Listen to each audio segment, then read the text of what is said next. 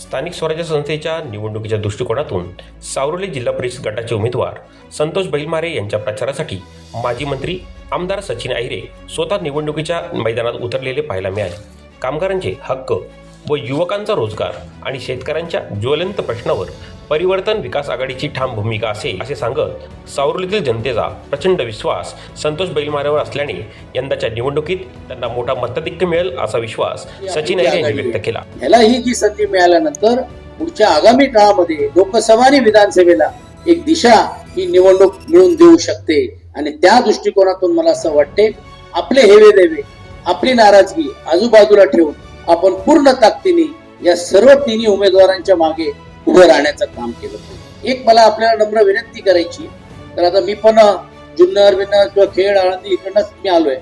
अनेक वेळा काय होतो की तुम्ही आमच्याकडे काय बोलू नका, वरती आम्ही तुम्हाला मतदान देऊ पण खालचं काय बोलू नका, हे होते.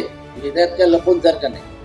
मी आपल्याला आव्हान यासाठी करतो की तसं करू नका, कारण तसं जर झालं तर तो मतदार कन्फ्युज जर झालं तर त्याचा पूर्ण पॅनल वरती इफेक्ट पडतो. हे मी अनुभवाने तुम्हाला मी सांगू शकतो. अनेक वेळा काय वाटतं जाऊ दे ते मरू दे ना, खालचा माझा बघा तुम्ही बाकीचं जाऊ द्या. तशी कृपया करून माझी विनंती आहे की पॅनल टू पॅनलच चालण्याचं काम जर झालं तर सर्व उमेदवारांना फायदा होईल.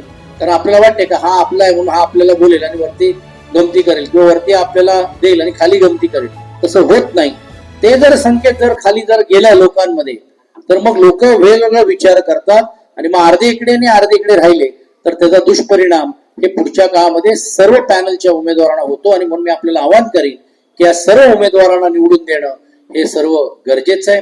आणि संतोषलाही सांगेन की जसं आपण इकडे पॅनलला आपण करतोय, जसं आम्ही इकडे तुम्हाला मदताची भूमिका घेतोय, तसं तुमच्याही पक्षाच्या कार्यकर्त्यांनी ज्या ज्या जिल्हा परिषदामध्ये आमच्या उमेदवार जिकडे जिकडे उभे आहेत, सुनीलजी आपण आहात, त्याही लोकांना मार्गदर्शन करून मला असं वाटते की जिद्दीने एकोपा जे आपण जमवलेलं आहे त्याचा मतदानाच्या रूपाने कसं आपण एकत्रित आणता येईल.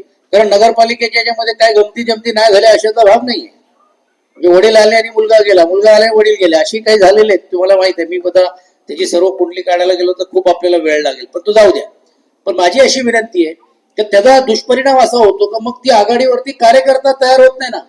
तो हे काय चाललंय म्हणजे तुम्हाला पोषक असं तुम्ही करता आणि आमची वेळ आली त्यावेळी आम्हाला तुम्ही सोडून जाता, असं होतं कामा नये.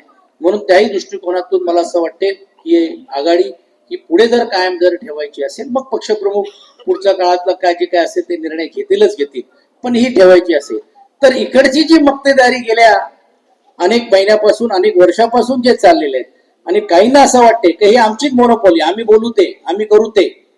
आणि म्हणून तुम्ही जसं एकनाथजी सांगितलं त्याप्रमाणे की आपल्याला लढता आला नाही तर मग दुसऱ्याला कोणतरी पुढे करायचं आणि मग असं भासवायचं आणि की बाबा आम्ही काहीतरी करतोय.